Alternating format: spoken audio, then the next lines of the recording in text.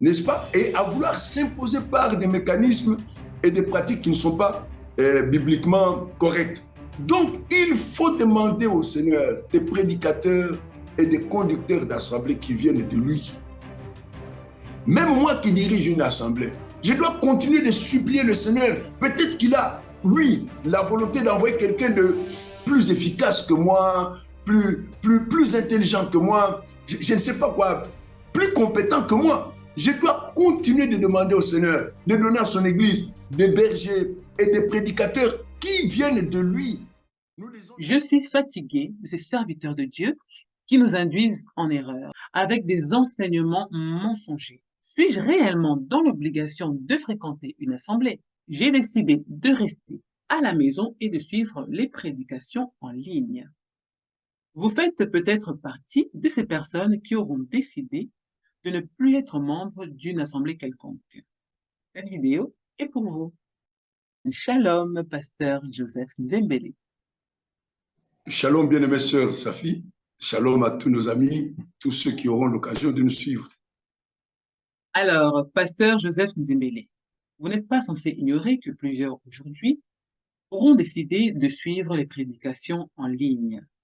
Ils ne veulent plus avoir affaire à des pasteurs, ils ne veulent plus mettre les pieds dans certaines assemblées, et cela pour des raisons quelconques. Alors, avant de poursuivre, et que vous puissiez nous répondre, répondre à la question de base qui est: suis-je dans l'obligation de fréquenter une assemblée?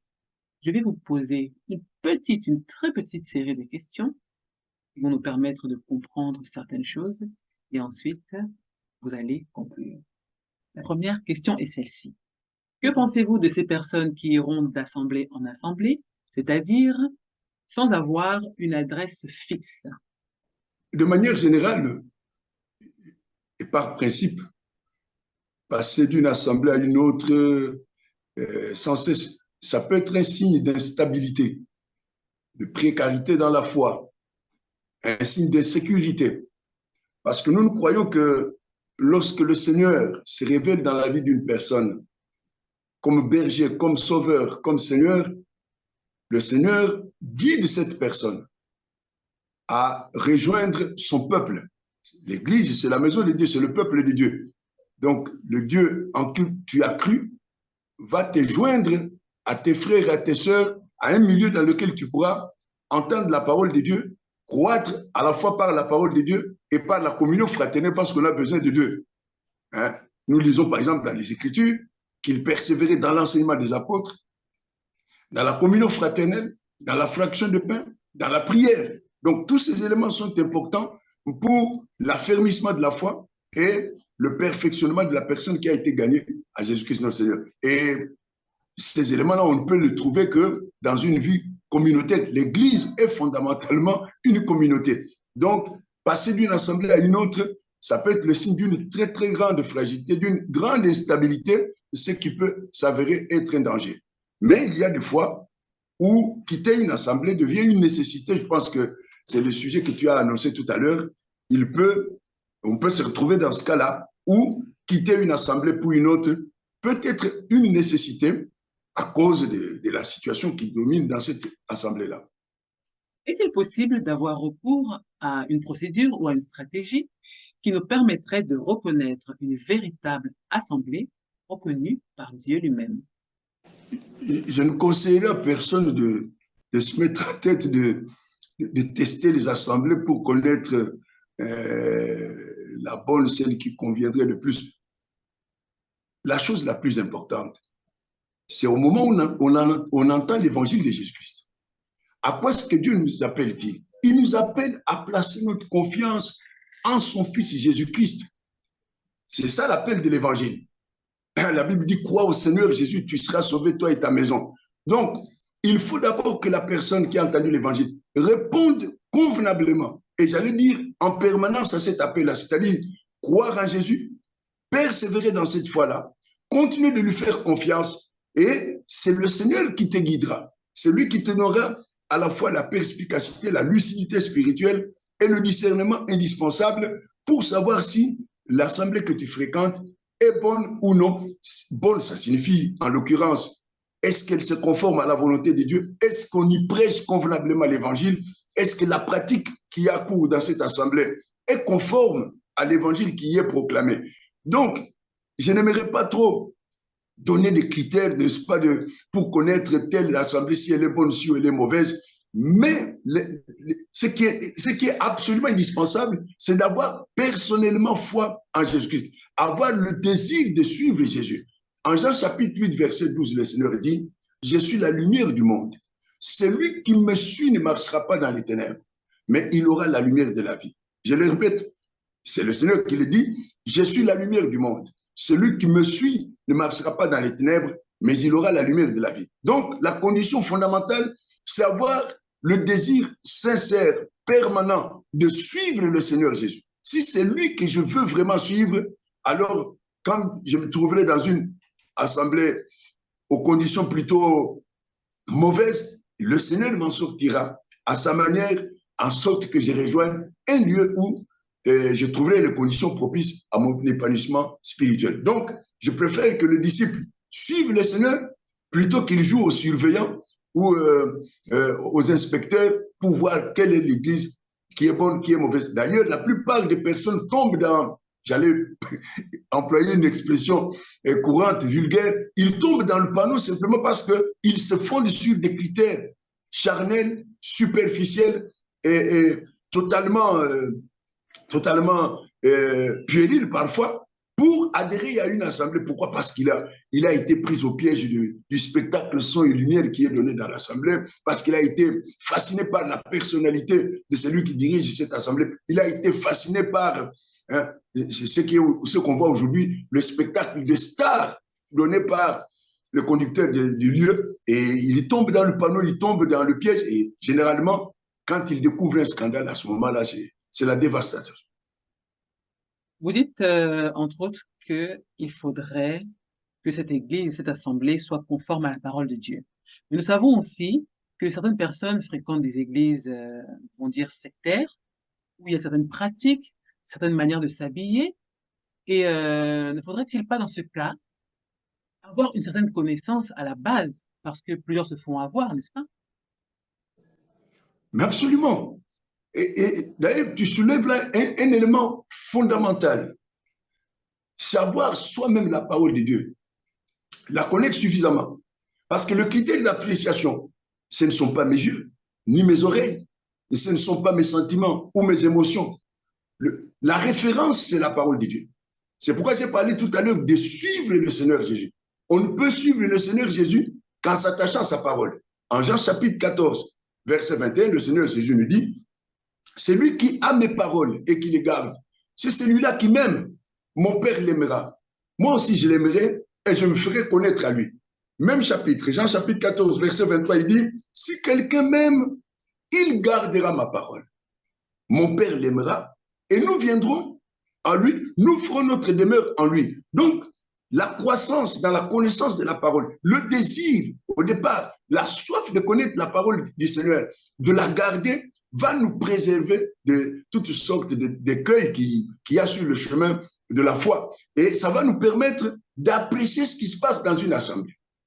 Mais, j'insiste, il ne faut pas entrer dans une assemblée tout de suite sur la défensive avec de la méfiance, tel un inspecteur, voulant voir est-ce que les coutures des jupes ou des robes est convenable, est-ce que la chemise que telle porte est tout à fait convenable. Non, il faut y entrer d'abord avec le désir de suivre le Seigneur Jésus, de lui plaire, de connaître sa volonté, de connaître sa parole, de la garder. Quand on a un tel désir, s'il y a quoi que ce soit d'incompatible avec la volonté du Seigneur, le Seigneur lui-même t'extirpera d'un tel milieu.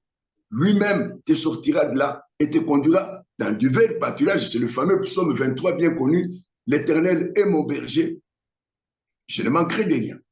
Si vraiment Jésus est le berger de ma vie, je suis sûr que je ne manquerai de rien. C'est à lui, le berger, de me trouver le vert pâturage et c'est à lui de me conduire vers les eaux paisibles. J'ai été scandalisé par mon pasteur. J'ai été scandalisé par un frère ou par une sœur en Christ. Je décide alors de quitter l'assemblée. Qu'en dites-vous, pasteur Joseph? C'est une situation extrêmement délicate. Malheureusement, trop courante par les temps qui courent. Je me répète, c'est une situation malheureuse dans beaucoup de milieux où certains bien-aimés en arrivent à dire plutôt « j'ai été déçu ». Mais alors, il faut d'abord être très au clair de cette phrase-là, « j'ai été déçu ». Qu'est-ce qui m'a réellement déçu? Pourquoi ai-je été déçu? Parce qu'il se peut que j'ai été déçu dans des attentes inappropriées, n'est-ce pas? Dans des attentes inappropriées que j'ai placées dans telle ou telle personne ou dans la communauté que je fréquente. Ça, c'est une mauvaise, j'allais dire. Enfin, toute déception est mauvaise. Par nature, par définition, toute déception est mauvaise. Par contre, ces genres de déception serait plutôt même une bonne chose. Si j'ai été déçu dans des attentes plutôt charnelles, plutôt émotionnelles, sentimentales, ce serait plutôt une bonne chose que Dieu permette que je sois plutôt déçu dans de telles attentes pour que j'apprenne à avoir avec mes frères et sœurs des relations saines et saintes. J'insiste sur le mot. Il faut que j'ai des relations saines et saintes avec mes frères et sœurs. Parce que je dois avoir foi en Jésus-Christ, non pas dans mon pasteur. Malheureusement, beaucoup de gens qui se plaignent d'être déçus par tel ou tel pasteur, par tel ou tel frère, ont commencé par commettre une faute au départ. C'est de transférer, pour ainsi dire, sur ces personnes-là, l'affection, l'admiration et la confiance que normalement, par principe, ils auraient dû placer en Jésus-Christ seul. Il y a des gens qui considèrent pratiquement leur pasteur comme le sauveur. C'est au point même qu'on affuble certains serviteurs de Dieu de petits noms. On les appelle, je ne sais pas moi, bombardier, on les appelle, je ne sais pas moi, Voulouzi, sauveur, carrément. On les appelle, on les affuble de petits noms qui trahissent les relations inappropriées que nous avons avec ces gens-là. Alors, pour bien répondre à la question, il faut d'abord être sûr qu'il s'agit d'une véritable déception. Qu'est-ce que moi je considère comme une véritable déception? C'est le fait que le frère ou les sœurs avec qui j'ai évolué se sont détournés du Seigneur. Ils se sont détournés de l'évangile. Ils se sont détournés de la vérité. À ce moment-là, je peux considérer qu'ils m'ont déçu. Dans la mesure où la fraternité, la solidarité que j'ai partagée avec eux a été trompée. Par contre, donc, il faut être sûr déjà quant à ce qu'on appelle, on entend communément par « j'ai été déçu ». Alors, pour répondre concrètement à la question, est-ce qu'il faut toujours quitter une assemblée lorsqu'on a eu quelques chamailleries avec un frère ou avec une sœur? Pas du tout. Enfin, pas toujours. Pourquoi? Parce que notre foi peut être éprouvée au contact des autres, y compris par un scandale commis par le conducteur de l'assemblée. Notre foi peut être éprouvée. Nous avons à ce moment-là l'occasion, n'est-ce pas, de savoir si notre confiance, nous la plaçons en cette personne dont nous disons qu'elle nous a déçus, ou si nous la plaçons uniquement en Jésus-Christ, notre Seigneur. Si nous plaçons notre confiance en Jésus-Christ, nous serons capables de surmonter cette épreuve. Le Seigneur Jésus a dit, j'aimerais bien le lire, nous sommes à Matthieu chapitre 18, verset 7. Malheur au monde à cause des scandales, car il est nécessaire qu'il arrive des scandales, mais malheur à l'homme par qui le scandale arrive. Donc, le Seigneur nous prévient que des scandales, nous en aurons toujours. Des scandales, nous en aurons toujours. Alors, s'il faut que nous quittions toutes les églises simplement parce qu'il y a eu tel ou tel scandale, eh bien, nous n'irons jamais loin. On arriverait à la décision extrême que certains prennent de dire, bon, là, je reste à la maison, je ne bouge plus, je vais suivre les cultes en ligne. Mais suivre les cultes en ligne, c'est tout aussi dangereux parce que, à part les peu d'instants que vous avez en ligne avec ces personnes, vous ne les connaissez pas réellement. Vous n'avez pas la possibilité de savoir si c'est que ces personnes sont en réalité du point de vue de la parole de Dieu. Donc, dire que j'ai été déçu par un frère, par une sœur, par un serviteur de Dieu, ça peut être de la part du Seigneur l'occasion d'éprouver ma propre foi pour savoir si je la plaçais en Jésus-Christ et en Jésus-Christ seul ou si malheureusement j'avais dérapé j'avais basculé au point de placer en cette personne l'affection, l'admiration et la confiance que normalement j'aurais dû placer en Jésus-Christ, mon Seigneur. Alors, d'emblée, Pasteur Joseph Nzembele, vous allez nous répondre à la question de base qui est le thème du jour. Suis-je dans l'obligation de fréquenter une assemblée? Que vous répondiez oui ou non, vous nous diriez aussi pourquoi, s'il vous plaît. Il y a obligation de fréquenter une assemblée. Je l'ai dit tout à l'heure que l'Église a vocation d'être une communauté. C'est une vocation. C'est la volonté de Dieu qu'il en soit ainsi. Dans la prière qu'il apprend à ses disciples, le Seigneur dit, voici comment vous devez prier. Dites, notre Père qui est aux cieux. Déjà, le fait de poser notre Père suppose que j'accepte, n'est-ce pas, le caractère communautaire de la famille de Dieu. Le caractère d'ensemble. Je ne suis pas seul. C'est notre Père, n'est-ce pas? Je le partage, ce Père-là, avec d'autres frères, avec d'autres sœurs. Deuxièmement, l'Église, c'est le lieu où le Seigneur perfectionne les siens.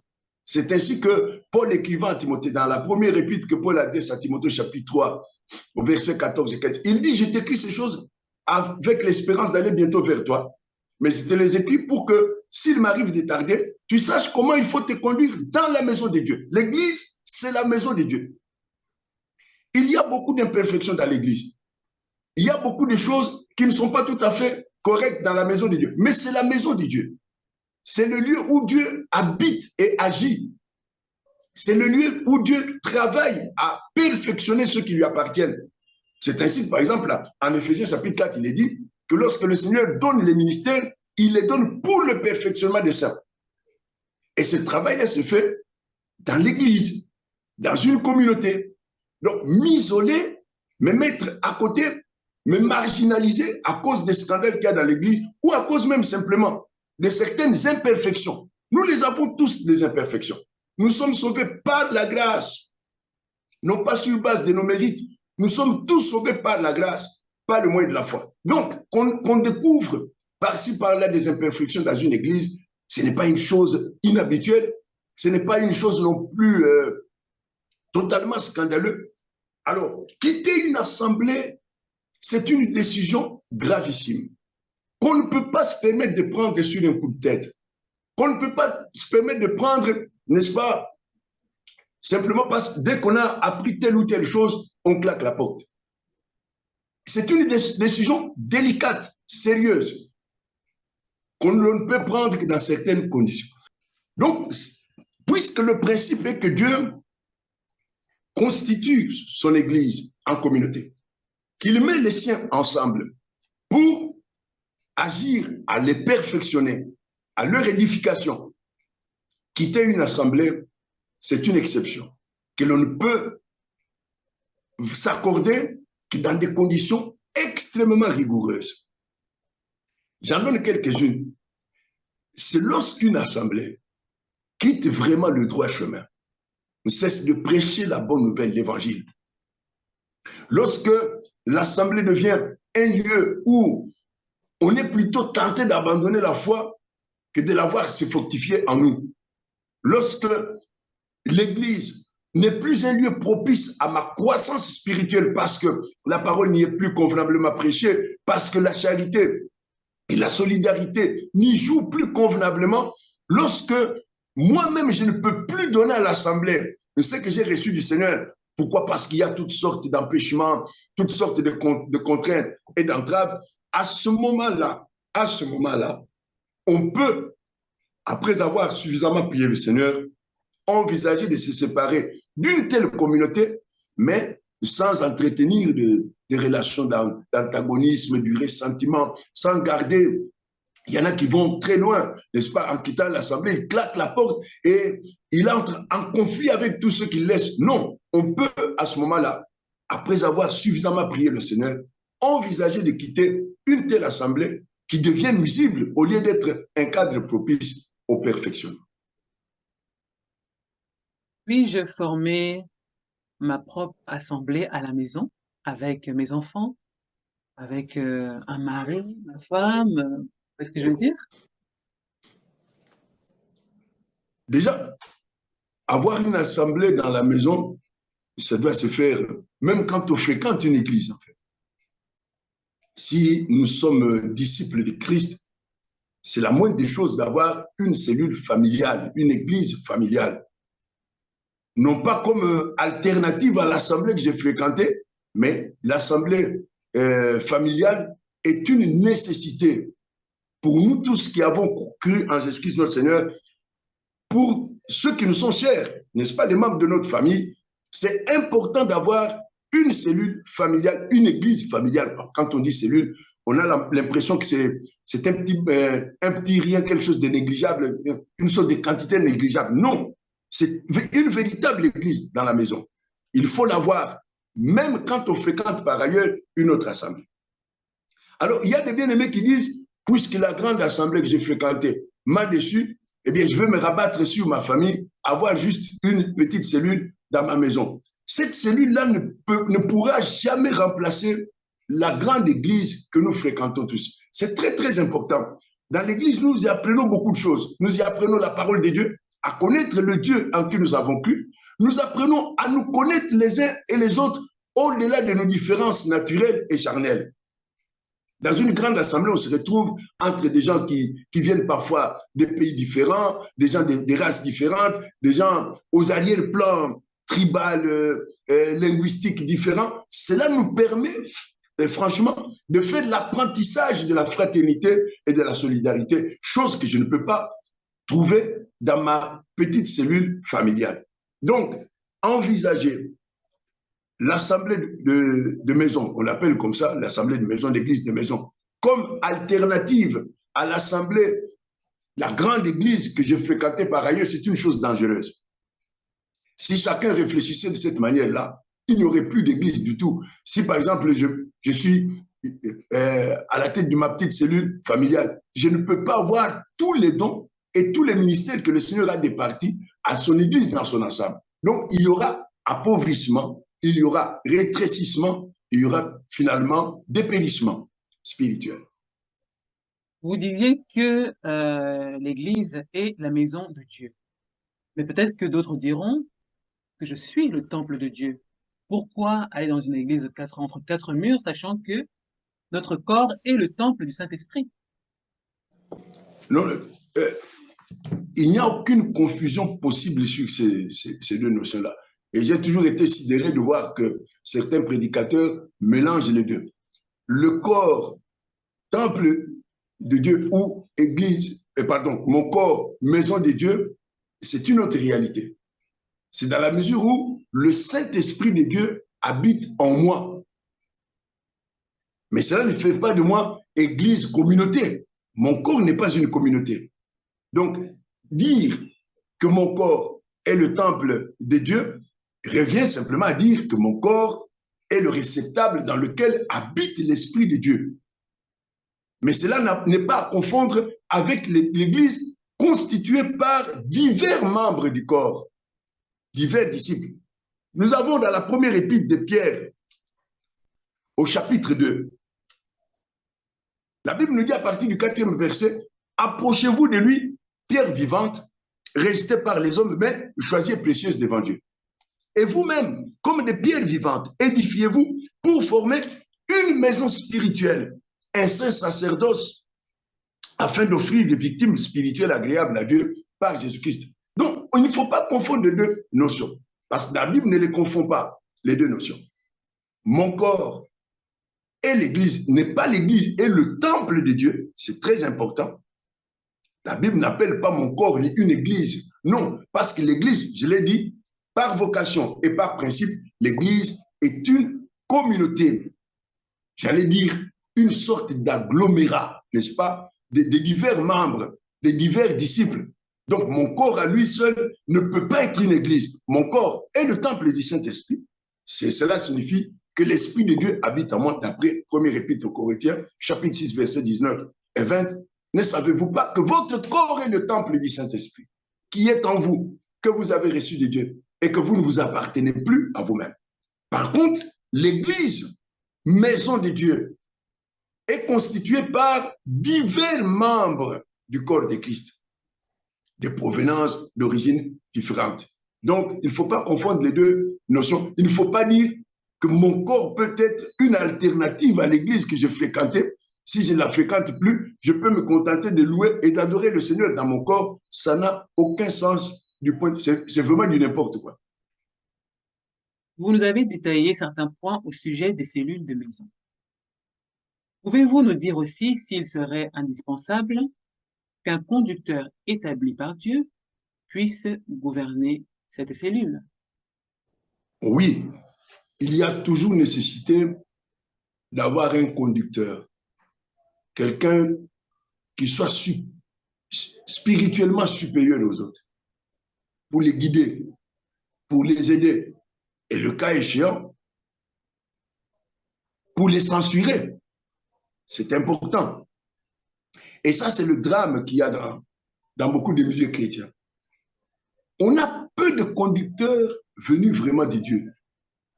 C'est dommage que les membres des églises considèrent comme allant de soi le fait d'avoir tel ou tel conducteur.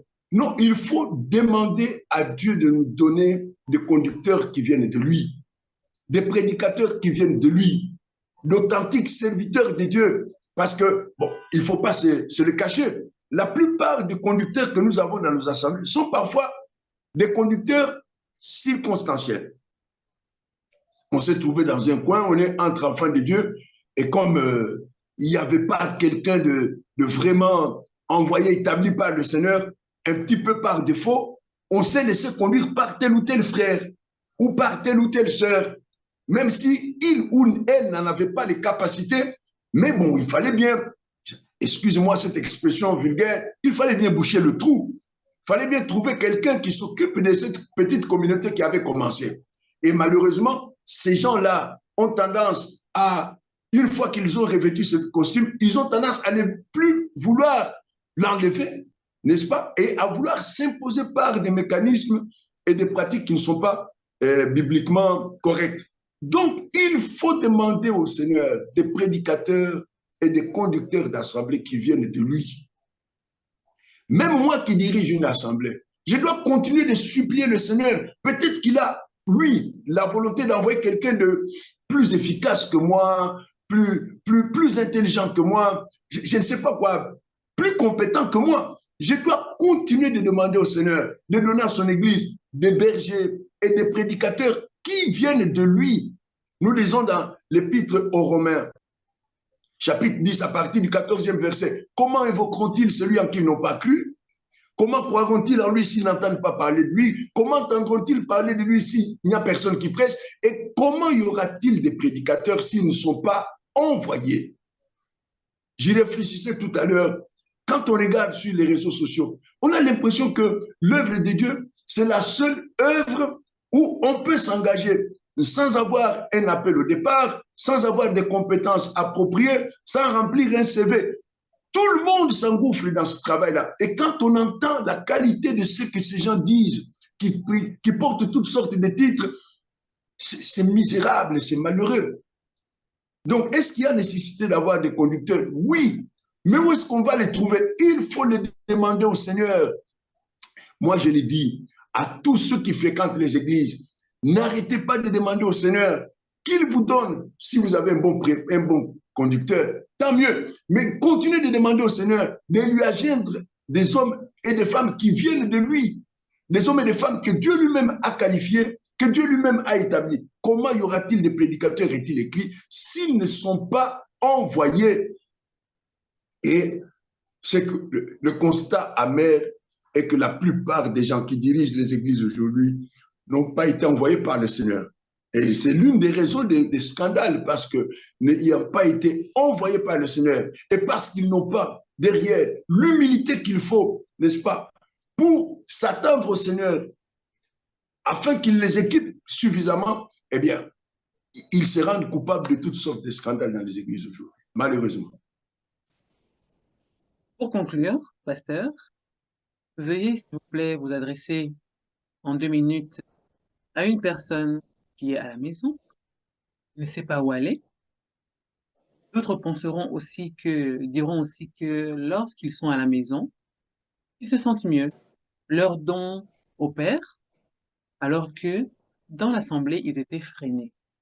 Je vous laisse parler à ces gens-là et ensuite vraiment conclure par une prière. Je m'adresse à tous ces frères, à toutes ces sœurs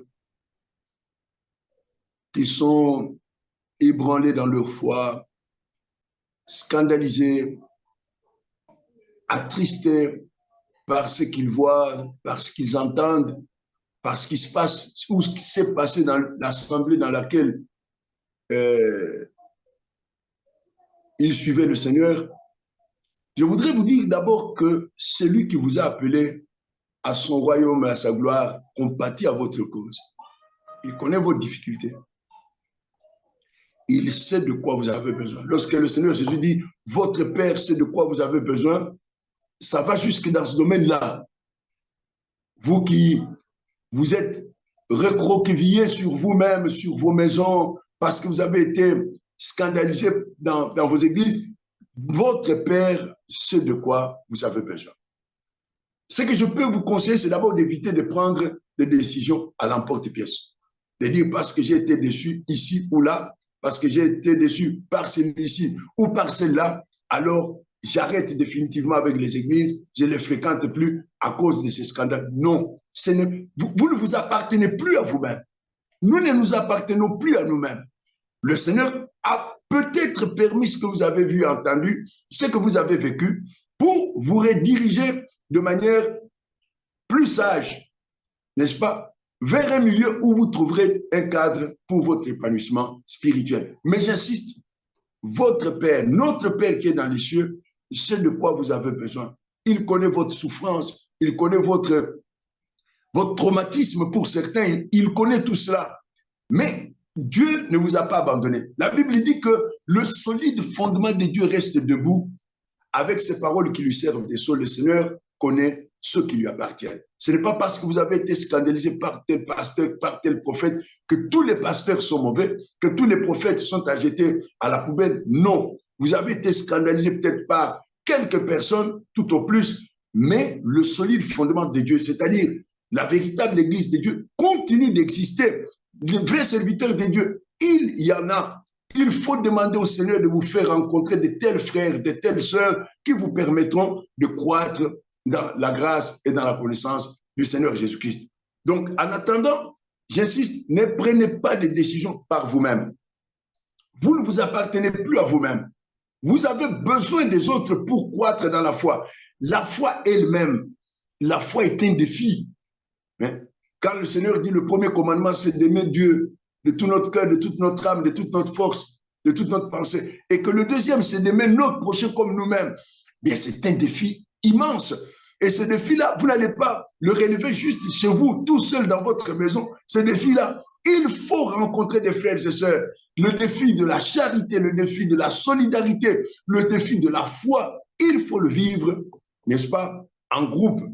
Donc, nous n'allons pas aujourd'hui changer la nature profonde de l'Église, qui est, comme je l'ai dit tout au début, par vocation et par principe, l'Église est une communauté, est une famille, et comme dans toute famille, eh bien, nous avons tous des familles.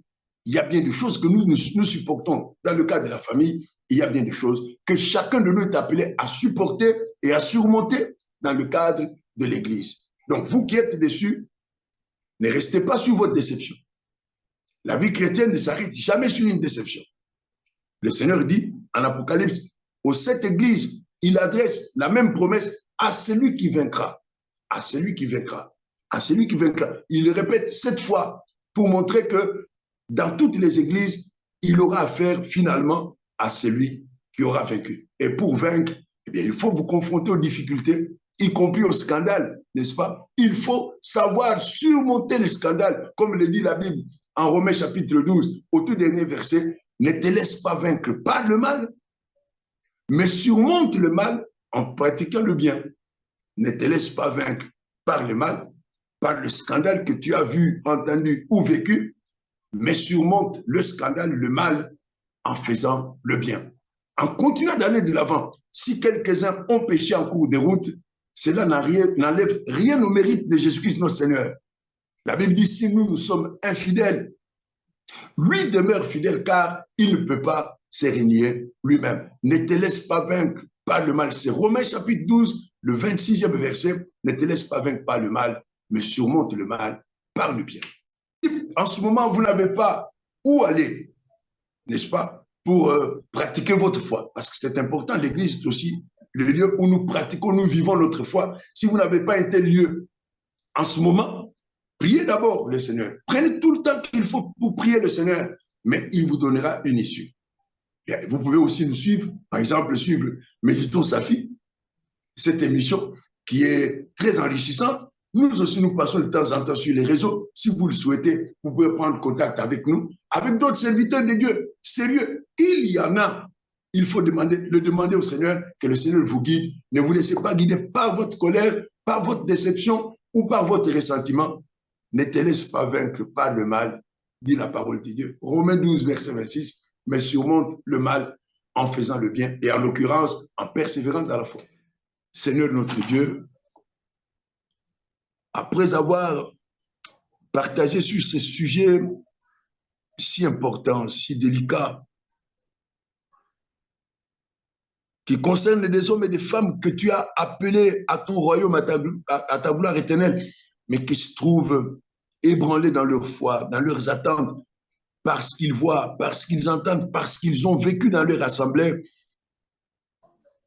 Mon cœur te loue, t'adore et te rend grâce au nom du Seigneur Jésus.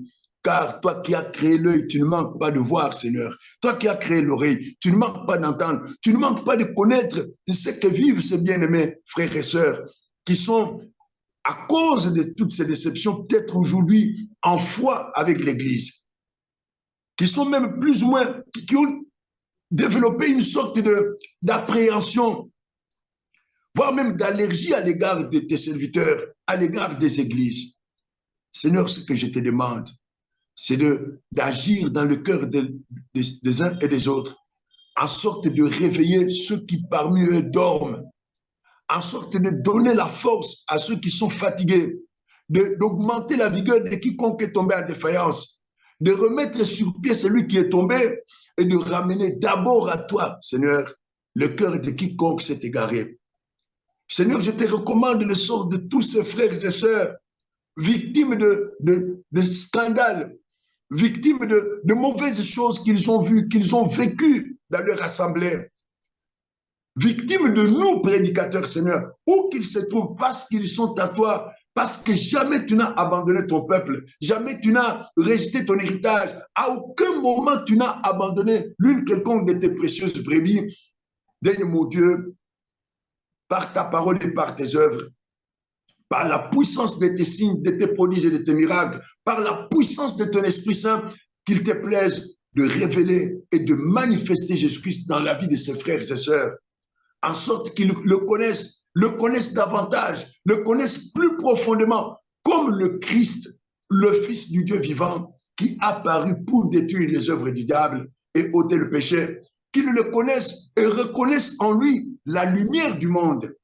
Lui qui dit, celui qui me suit ne marchera plus dans les ténèbres, mais il aura la lumière de la vie. Qu'il te plaise de guider ses frères et ses sœurs, de les sortir de cette situation, de guérir leur traumatisme, Seigneur, de les rendre encore plus forts, de les exercer à marcher devant toi et pour toi, notre Dieu, par la foi et non par la vue, en sorte que s'accomplisse ta parole dans la vie de chacun d'eux, selon qu'il est écrit, ne te laisse pas vaincre par le mal, mais surmonte le mal en faisant le bien. Rends-les capables, Seigneur, de surmonter ces épreuves, de surmonter ces scandales, de surmonter tout ce qu'ils ont connu, entendu ou vécu, de le surmonter en persévérant dans la foi, en gardant en toi, notre Dieu, et en toute parole sortie de ta bouche, une confiance absolue, une foi ferme et inébranlable, une espérance imperturbable. Rends-les capables de pardonner, Seigneur, de pardonner ce qu'ils ont vu et entendu. Rends-les capables de pardonner de tout cœur ce qu'ils ont vécu ou subi, Seigneur. Et pour l'amour de ton Saint-Nom, qu'il te plaise de les fortifier en sorte qu'ils marchent devant toi. Et pour toi, notre Dieu, aujourd'hui comme au commencement, rempli de ton Esprit Saint, revêtu de la puissance d'en haut selon qu'il est écrit, celui qui croit en moi, des fleuves d'eau vive couleront de son sein, comme dit l'Écriture. Qu'il en soit ainsi, afin que dans la vie de ses frères et sœurs, et par leur témoignage, ton nom soit pleinement glorifié et sanctifié comme tu en es digne, dès maintenant dans notre vie et pour l'éternité. Au nom du Seigneur Jésus, nous avons ainsi prié. Amen. Amen.